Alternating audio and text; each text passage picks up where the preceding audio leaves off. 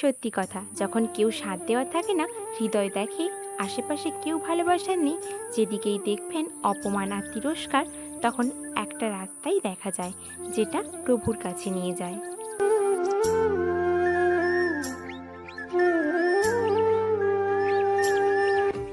বিশ্বকে খুশি করার চক্করে পড়বেন না, কারণ এই বিশ্ব কিন্তু কারো কাছেই কখনো খুশি হয় না। এখানে প্রভু শ্রীরামকেও শুনতে হয়েছিল, এখানে মাতা জানকীকেও শুনতে হয়েছে। ভগবান শ্রীকৃষ্ণকে শিশুপাল 100 গালি দিয়েছেন। তাহলে আপনি আর আমি কে বলুন তো? ভগবান যদি শুনতে পারেন, তাহলে আপনি আর আমি কোন সাধারণ মানুষ? তাই কখনো কারোর সমালোচনায় ভয় পাবেন না। নমস্কার আমার প্রিয় বন্ধুরা, কি অবস্থা, কেমন আছো তোমরা সবাই? আশা করছি যে যেখানেই আছো সকলে ভালো আছো এবং সুস্থ আছো। মেদিনীপুরের এই ছোট্ট গ্রাম থেকে আমি মৌ, আমার চ্যানেল অভিনব ক্রিয়েশনে তোমাদের সকলকে জানাই আবারও একবার অনেক অনেক স্বাগত, অনেক অনেক ভালোবাসা। চ্যানেলে যারা নতুন দর্শক বন্ধু রয়েছে তাদের সকলকে জানাই আমার চ্যানেলে অনেক অনেক স্বাগত। আর হ্যাঁ, তোমাদের জন্য রয়েছে কিন্তু একটা সুন্দর ভিডিও। পুরো ভিডিওটা না স্কিপ করে সম্পূর্ণ দেখার অনুরোধ রইল তোমাদের কাছে। আর আজকের ভিডিওটা শুরু করছি আমি প্রায় 5:45 থেকে। এখন বাজে ভোর 5টা মতো, 5টা এখনও বাজেনি, প্রায় 15 মিনিট মতো বাকি রয়েছে। তার আগেই কিন্তু আমি উঠে পড়েছি। আর দেখতে পাচ্ছ আমি সকালে সকল বাসি কাজকর্ম শুরু করে দিয়েছি। বাবা কিন্তু এখনও ওঠেনি, তার জন্য দেখো আমি কিন্তু ঘরের পর্দাটা তুলে দিলাম, যে পর্দাটা থাকে আমাদের। তারপরে দেখো যে সকল কাজ থাকে, ওই যে শাক বাজিয়ে দিলাম। তারপরে এই যে কলতলায় আমি মানে এঁটো বাসনগুলো রাতে যেগুলো ছিল সেগুলোকে ভিজিয়ে রেখে দিয়ে এসেছি, আর এখন ছড়া মাদুলি দিচ্ছি। তারপরে কিন্তু ঘর ঝাড় দেবো আর ঘর দরগুলোকে ভালো করে লেপবো। আর দেখো বন্ধুরা, বাসি ঘর দর আমি ঝাড় দিয়ে নিয়েছি, এখন কিন্তু এই সামনের দিকের উঠানটাকে লেপবো। তো দেখো বন্ধুরা, এই সামনের দিকের উঠানটা কিন্তু প্রায়শই আমি বেশিরভাগ দিনই লেপে দিই, তাও দেখো কেমন ফেটে ফেটে গেছে। আর কি বলতো, এখানের মাটিটাও আর ভালো না। আর বেশিরভাগ দিন যখন বৃষ্টি টিষ্টি হয় তখন তো এখানে তারপরে এখানে মাটিগুলো খুলে খুলে চলে যায়, তার জন্য এখানটায় কিন্তু ফাট ফাট হয়ে যায়। আর এই সামনের দিকটা না দেখতেও বাজে লাগে, তার জন্য কি বলতো মাঝে মাঝে লেপে টেপে দিই, তাও কিন্তু ভালো থাকে না। আর কী করা যাবে বলো, যেহেতু আমাদের মাটির বাড়ি, তো মাটির বাড়িটাকে তো ভালো করে লেপে টেপে রাখতে হবে। মাটির বাড়ি তো লেবা মোছার কাছেই কিন্তু সব কিছু। ভালো করে তুমি যতদিন ভালো করে লেপতে পারবে ততদিনই কিন্তু ভালোভাবে টিকে থাকবে। আর কি বলতো, ভালো করে উলটি করা থাকলে একরকম, কিন্তু আমাদের ঘরটা না উলটি করা নেই। ওই যে বাঁশের বাতা হয়, বাঁশের বাতাগুলোকে দাঁড় করিয়ে দিয়েই কিন্তু মাটি মারা হয়ে আছে। কিন্তু এর উপর যদি ভালো করে ওই যে পাট, তারপরে খড় মাটি, পাঁক মাটি দিয়ে ভালো করে যদি আর তার সঙ্গে বালি মিক্সড করে যদি উলটি করা হতো, ভালো করে লেপে মিস্ত্রি ডেকে ভালো করে প্লাস্টারের মতো করে দেওয়া হতো, তাহলে কিন্তু এই ঘরটা আরও বেশি দিন টিকতো। তো এখনও ভালোই রয়েছে, তবু লেপা মোছার কাছে আর কি।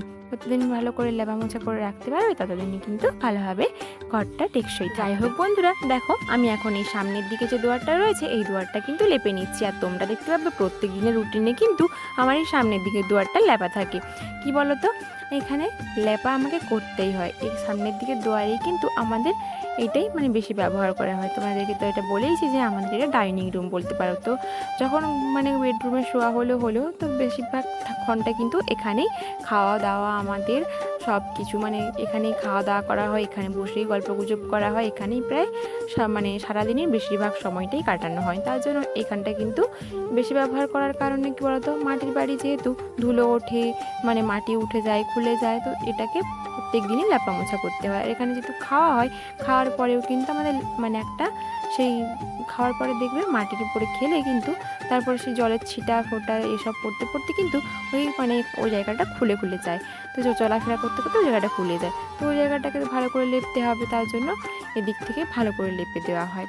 আর দেখো বন্ধুরা, দুয়ারটা লেপা মোছা করে এখন চলে এসেছি বাসনপত্রগুলো ধুতে। কালকে রাতে কিন্তু পান্তা ভাত খাওয়া হয়েছিল, তার জন্য কিন্তু উনুনটা আমাকে লেপতে হয়নি, গ্যাসে একটু ভাজাভুজি করে পান্তা ভাত খাওয়া হয়ে গেছে। তার জন্য দেখো এখানে বাসন কুসন একটু অল্পই রয়েছে, সেগুলো কিন্তু ভাত হলে একটু তরকারি হয়, তার জন্য একটু বাসন টাসন বেশি হয়। তো কালকে তো ওই ভাজাভুজি দিয়েই বড়া টটা করে খাওয়া হয়ে গেছে, তার জন্য কম বাসন রয়েছে, ওগুলো কিন্তু আমি ধুয়ে ফেলেছি। আর দেখো ধুতে ধুতে কিন্তু আমি চলে যাবো, একবার দেখতে পাবি বাবাই না উঠে পড়েছিল, তার জন্য আমি হাত ধুয়ে গেছিলাম বাবাইকে একটু নিতে। তো বাবাইকে নিয়ে খাইয়ে দাইয়ে এলাম। তারপরে দেখো আবার বাসনগুলো কিন্তু ধুয়ে নিচ্ছি। আর মনে হচ্ছে না শরীরটা একটু খারাপ খারাপ মনে করছে, কেন বলো তো, একটু না ঠান্ডা ঠান্ডা লাগছে মনে হয়।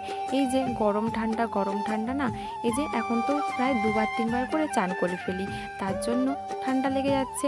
আবার পুরো রাত্রি কিন্তু ফ্যানের বাতাস, তার জন্য কিন্তু আরও বেশি ঠান্ডা লাগছে।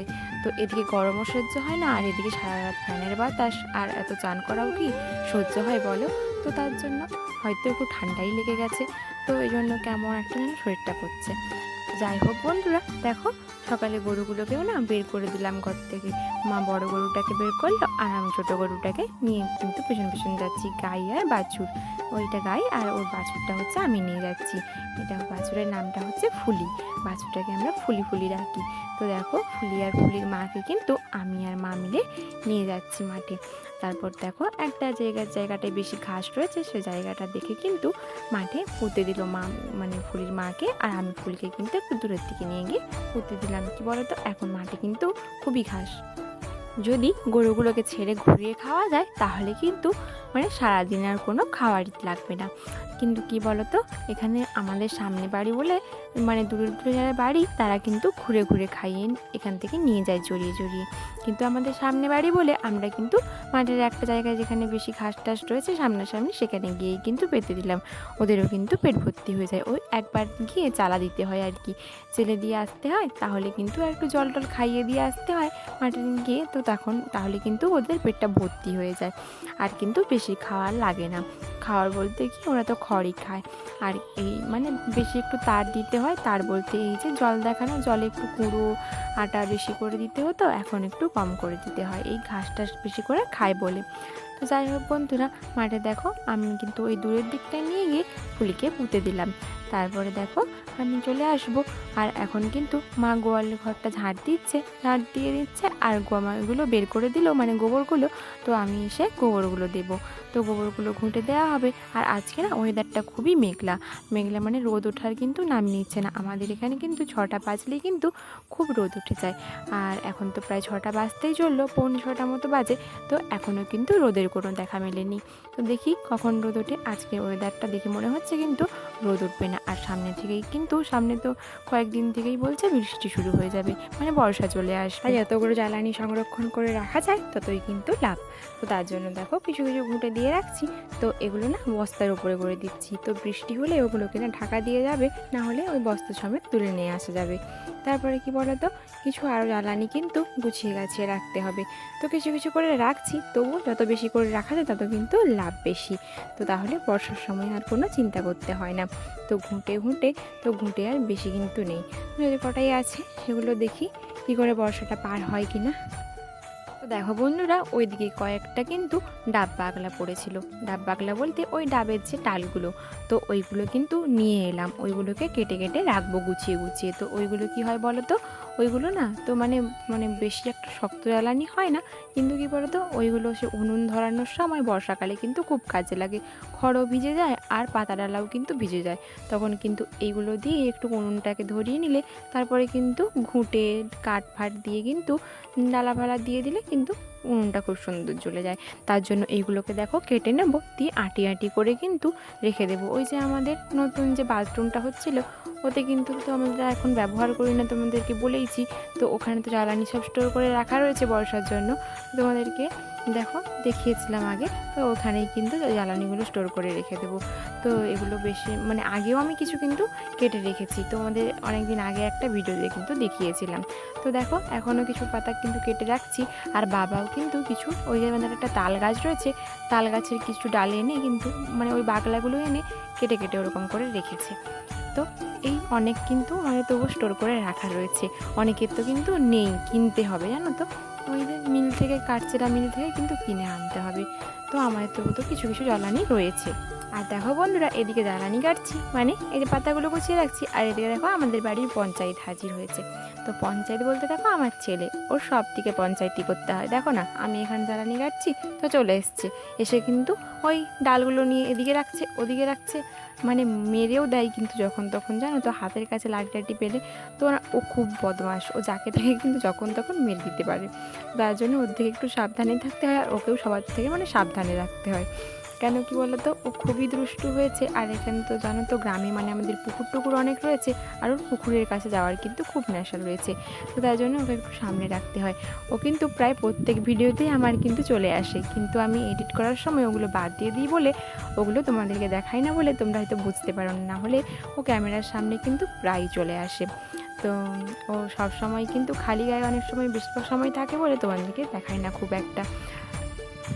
যাই হোক বন্ধুরা, তোমাদের সঙ্গে গল্প করতে করতে কিন্তু জ্বালানিগুলো দেখো আমি ওই বাথরুমের ভিতরে রেখে দিয়ে চানটা সেরে নিয়েছি। তারপরে দেখো কাপড় চোপড়গুলো রোদ্দুরে মেলে দিয়ে, কারণ রোদ তো এখনও বেরোয়নি, তবু ওই তারে মেলে দিয়ে তারপরে চলে এসেছি এই যে দেখো এই যে মন্দিরের এখানটাতে। তো মন্দিরটা ধোয়া মোছা করতে হবে, তারপরে পুজোও দিতে হবে। তো দেখো মন্দিরটা পোছার আগে আমি কিন্তু এই যে মনসাতলাটাকে একটু লেপে নিচ্ছি জল দিয়ে। তো রোজই সকাল সকাল লেপে দেওয়া হয়, কিন্তু আজকে সকাল সকাল লেপা হয়নি বলেই চান করে লেপে নিচ্ছি। তারপরে দেখো আমি মন্দিরটাকেও কিন্তু মোছা লাগাবো, তো মানে ধোয়া মোছা করব। তো তারপরে দেখো কিন্তু মন্দিরটা ধোয়া মোছা করে নিই, তারপরে কিন্তু মন্দিরটাতে ঠাকুর জল দিয়ে দেবো। তারপরে অন্য কাজ রয়েছে, চাটা সবাইকে দিতে হবে।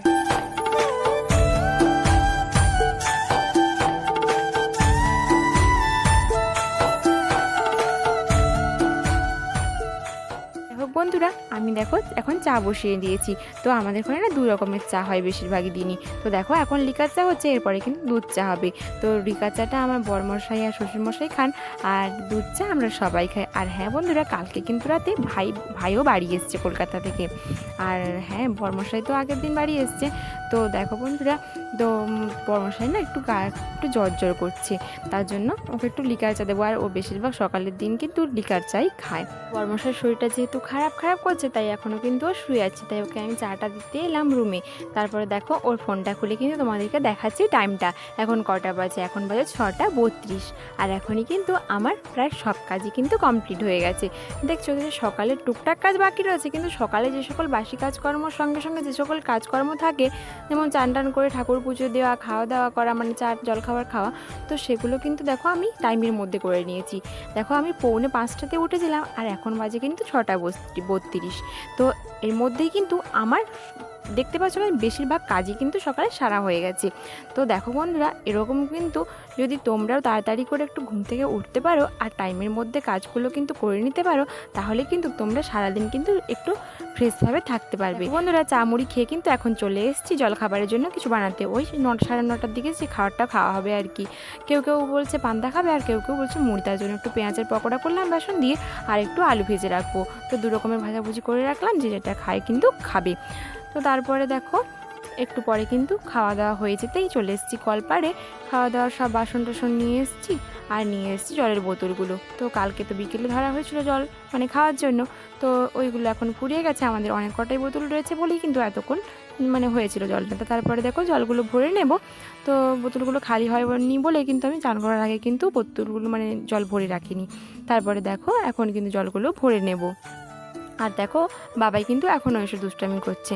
তো বাবাই কিন্তু প্রায় রোজ দিনই এরকম, আমি যখন মানে ভিডিও করতে থাকি ও আমাকে ডিস্টার্ব করতে থাকে। আর ও বাচ্চা মানুষ, ওই বা কী বোঝে বলো। তো ও একটু আসে আর কি, ওটা আমাকে মানিয়ে নিতে হয়। তো দেখো না জলটা ভরছি, তো পুরো কিন্তু ভিডিওটা আমাকে করতে দেয়নি, তার আগে কিন্তু ক্যামেরাটা ফেলে দিয়েছি। আজকে দেখো চিংড়ি মাছ আনা হয়েছে, আজকে হবে চিংড়ি মাছের তরকারি। আর এখন বাছতে বসবো চিংড়ি মাছটা। আর তার আগে যে তোমাদেরকে দেখালাম একটু পাওয়ার টিলারে হাল হচ্ছে, তো ওটা কী বলতো, ওই যে খাঁচি বাড়িটা ছিল না, আমি যে ওখানে ঘাস কাটতে যেতাম মাঝে মাঝে, তোমাদেরকে আগের ভিডিওতেগুলোতে কিন্তু দেখিয়েছি অনেকবারই। তো ওই বাড়িটা না এখন তুলে দেওয়া হচ্ছে, ওখানে আর খাঁচি থাকবে না, খাঁচিগুলোকে তুলে নেওয়া হচ্ছে, জড়িগুলোকে। তার জন্য মানে খাঁচি যে মূলগুলো হয়, জড়ি বলে ওগুলোকে আমরা। তো দেখো ওগুলো বাইরের থেকে কিন্তু লোক কন্ট্রাক্ট করে নিয়ে নিয়েছে, তো তার জন্য কিন্তু ওগুলো হাল করে তুলে নিচ্ছে। আর বাইরে থেকে কিন্তু অনেক মহিলারাও এসেছেন কাজ করতে, মানে ওই জড়ি তোলার কাজ করতে, মূল তোলার কাজ করতে আর কি। তো তার জন্য ওখানে কাজ হচ্ছে। তো যেহেতু সামনেই হচ্ছিল, তো তোমাদেরকে একটু দেখিয়ে দিলাম। তারপরে দেখো আমি কিন্তু এখন বসে গেছি এই যে মাছগুলোকে বাছতে, মানে চিংড়ি মাছ। আর এই চিংড়ি মাছ খেতে কিন্তু আমার ভালো লাগে, জানো তো, খুব ভালো লাগে। আমার চিংড়ি মাছটা কিন্তু মানে ফেভারিট মাছের মধ্যে একটা বলতে পারো। দেখো বন্ধুরা, চিংড়ি মাছগুলো কেটে ধুয়ে নিয়ে এসে এখন সবজিটা কেটে নিচ্ছি। সবজিতে কাটছি পটল আর আলু। আজকে না পটল চিংড়ি বানাবো, আর আজকে ভাবছি একটু বাদাম আর নারকোল দিয়ে ভালো করে একটু চিংড়ি মাছের তরকারিটা বানাবো। আর এর সঙ্গে কিন্তু করব চিচিঙ্গা কুঁদরি ভাজা। ব্যাস এই দুটো পদ দিয়ে আজকে রান্না হবে, আর কিন্তু বেশি কিছু রান্না হবে না। আজকে এই দুটো পদ দিয়েই কিন্তু আজকে ভাতটা খাওয়া হবে। আর চিংড়ি মাছটা খেতে আমাদের বাড়ির সবাই প্রায় কিন্তু খুব ভালোবাসে। যাই হোক বন্ধুরা, দেখো সবজিগুলো কেটে নিয়ে এখন চলে এসেছি কিন্তু রান্না চাপাতে। ভাতটা আমি চাপিয়ে দিয়েছি, আর এখন কিন্তু ভেজে নেব চিংড়ি মাছটা। তো দেখো চিংড়ি মাছগুলো কড়াই দেওয়ার সঙ্গে সঙ্গে কিন্তু কেমন লাল লাল হয়ে উঠছে। তো দেখো চিংড়ি মাছ কিন্তু খুব কড়া করে ভাজতে হয় না, অল্প একটুক্ষণ ভাজলে কিন্তু ভাজা হয়ে যায়। তারপরে দেখো চিংড়ি মাছগুলো ভাজা হয়ে গেলেই কড়াই থেকে নামিয়ে নিয়ে ওই তেলেই কিন্তু আর একটু অল্প তেল দিয়ে মানে পটল আর আলুগুলোকে কিন্তু নুন আর হলুদ মাখিয়ে কিন্তু করে নেবো, ভেজে নেবো লাল লাল করে। কিন্তু পটল আর আলুগুলোকে কিন্তু একটু ভালো করে ভাজতে হবে, তাহলে কিন্তু খেতে তরকারিটা খুব ভালো লাগে। দেখো বন্ধুরা, ওই তেলে কিন্তু আর একটু সর্ষের তেল দিয়ে দিলাম, দিয়ে দিয়েছিলাম চিনিটা ফুটে আর উঠতেই কিন্তু দিয়ে দিয়েছিলাম গরম মশলা একটুকে থেতো করে। তো তারপরে একটু পেঁয়াজ দিয়ে দিচ্ছি, পেঁয়াজটা একটু ভাজা ভাজা হয়ে এলেই দিয়ে দিচ্ছি আদা বাটা। এতে কিন্তু আমি আজকে রসুন বাটা দেবো না। তারপরে দেখো লঙ্কা গুঁড়ো হলুদের গুঁড়ো দিয়ে অল্প জল দিয়ে একটু কষিয়ে নিয়েছিলাম। তারপরে একটু কষানো হয়ে গেলেই দিয়ে দেবো বেটে রাখা বাদাম আর নারকোলটা। তো দেখো নারকোল আর বাদামটা কিন্তু এক বাটি একটু কম মতো হয়েছিল, তো অনেকটাই পরিমাণ কিন্তু হয়েছিল। ওটাকে একটু ভালো করে কষিয়ে নিয়ে কিন্তু সবজিটা দিয়ে দেবো, ভেজে রাখা পটল আর আলুটা। তো তারপরে দেখো ওই সবজিটাকেও কিন্তু একটু ভালো করে কষাতে হবে, কষানোর কাছেই কিন্তু তরকারিটার স্বাদ উঠবে। তো দেখো বন্ধুরা, ভালো করে কষিয়ে নিয়ে জল দিয়ে দিচ্ছি। এরপরে কি জলটা ফুটে এলেই কিন্তু চিংড়ি মাছগুলো দিয়ে আর একটু ফুটিয়ে নিয়ে নামিয়ে নিলেই কিন্তু রেডি হয়ে যাবে চিংড়ি মাছের তরকারিটা, আজকে পটল চিংড়ি স্পেশাল তরকারি। তো দেখো বন্ধুরা, ভিডিওটা এই পর্যন্তই, আর কিন্তু আজকে ভিডিওটা বেশি বড় করব না। তো দেখা হচ্ছে পরের একটা ভিডিওতে। ততক্ষণ তোমরা ভালো থাকো, সুস্থ থাকো, আর সবাইকে ভালো রাখো।